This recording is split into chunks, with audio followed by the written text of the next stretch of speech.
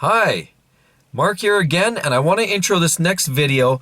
I'm really going to talk about why you want to get out and buy an E60 M5 today. I know there's a lot of guys have been on the fence. I've talked to a lot of my fans that say, I'm considering buying one. I'm thinking about buying one. Are they good? What do you think? Well, if you watched my last video, that is one example of one of the reasons why you may want to buy an E60 M5. I actually featured the launch control element on these cars. Now I have a Canadian version, and in the US model it's the same thing. They sort of have the dumbed down version of the launch control, but nonetheless they do in fact have a piece of technology that you often only find in late model cars, the newest of the Lambos and the newest of the Audis and the newest of the Porsche. But a lot of the cars even from 5-10 years ago did not have launch control, but this car did. The E60 M5 with the SMG3 configuration and the 7-speed transmission did in fact have the launch control. So I'm going to talk to you, and I'm going to summarize very briefly here why you want to buy an E60 M5. Number one, so let's talk about technology. And the technology comes in many formats.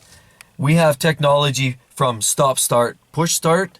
We have technology like heads-up display. We have technology 7-speed automated manual transmission is a piece of technology. We have electronic dampening control, which allows you to fully operate the stiffness of your suspension and allow you to kind of custom tailor that. We have transmission control, which specifically we can also change and alter the settings of the transmission shift speeds and the ferocity at which it actually changes gears. There's other things, of course, like we have navigation in here. We have one of the, not the early models, but earlier models, but we do have an iDrive set up in this car, which is very much kind of, the way a lot of manufacturers are going today. It has a lot of great technology. Now, those are some of the techie reasons that you want to own this car. It's full and chocked with tech.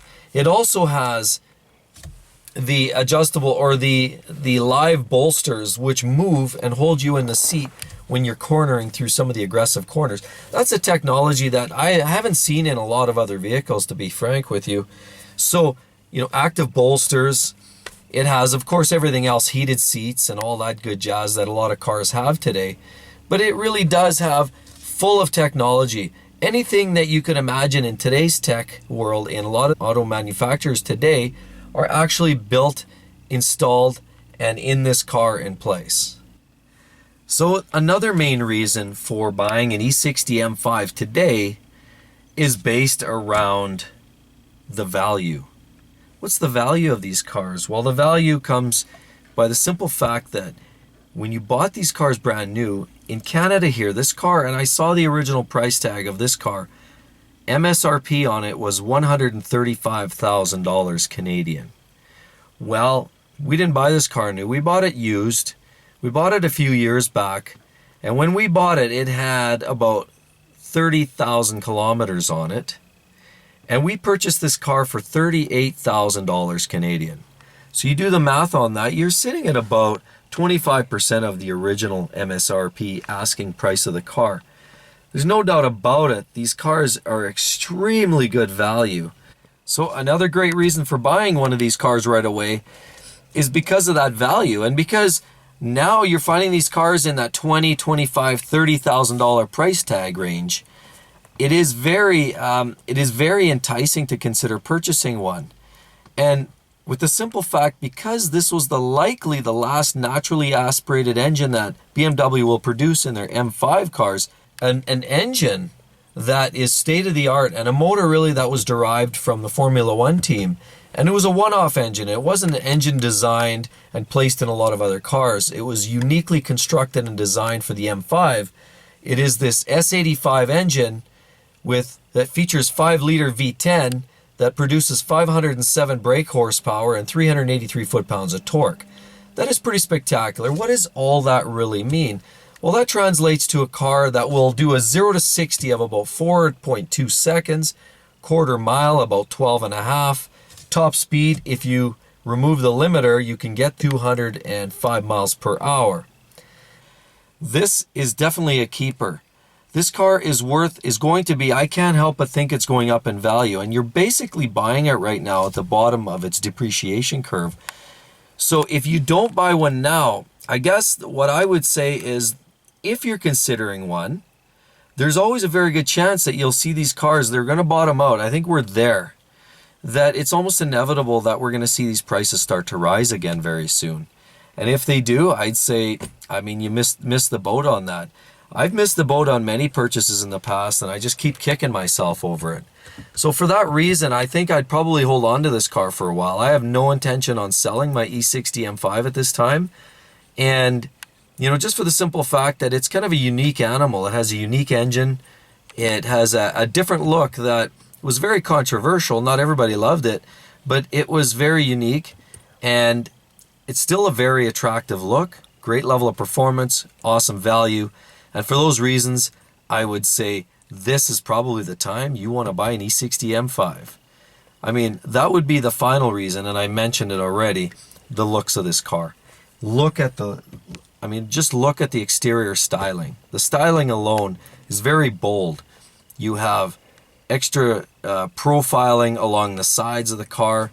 You have those wraparound headlights.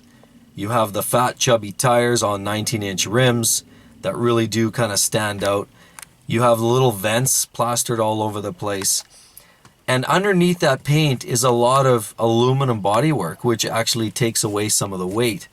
See, this car was really considered to be a supercar. They in essence, really, BMW wanted to appeal to a broader market, so they didn't want to go too hog wild. They wanted to appeal to the rich executive. But in reality, the car really does have the heart of a Lamborghini. And what's not to like about a BMW? That you can go get groceries, you can cruise to work, not have a lot of people gawking, but you have a car that realistically can race and beat a Lamborghini Gallardo. And if you look online, you can find a lot of videos, and some videos arguably you could kind of go either way. I've seen videos where the Gallardo is a little bit quicker, and I've seen videos where the M5 is a little quicker, where people are drag racing these cars. But realistically, irregardless of who really wins the race, the point is this car gives a Lamborghini a run for its money. I mean, what's not to love about a family car that you can drive across the country, you can drive to work every day, and you don't worry about getting too much attention from the police? But it really does perform like a Lambo or a Ferrari F430. So for that reason, if you're on the fence about buying a BMW E60 M5, I'm here to say, if you're on the fence, this is the time to get one. Get a nice one. Get a good one with low Ks and lots of records, but get one. If you've been on the fence, this is the time. I don't see the prices going down any lower. I think we've crashed rock bottom on these cars. There's nowhere to go for these cars but up in value. Yes, they might hover here for a while, but they will go up in value. It's almost inevitable. I can't help but wonder. And for that reason, I have one here. I'm going to hold on to my car for a while, and we're going to see what the market dictates. But at the end of the day, just for its own merits and for the value of the car, it's definitely worth owning. But the caveat, of course, on that note, I should explain one quick thing, and we're going to talk about this in another video of mine, and I've already touched on some of it in previous videos, is all that performance comes at a cost. After all, this is based on a car that originally tagged at $135,000, so you've got to expect repairs are going to be in line with that. Brakes are going to be, a $3,000 touch. A clutch is going to be a $5,000 touch. Tires are going to be, $2,500 for a set of skins all the way around if you buy the right set. A lot of these parts are going to be very pricey.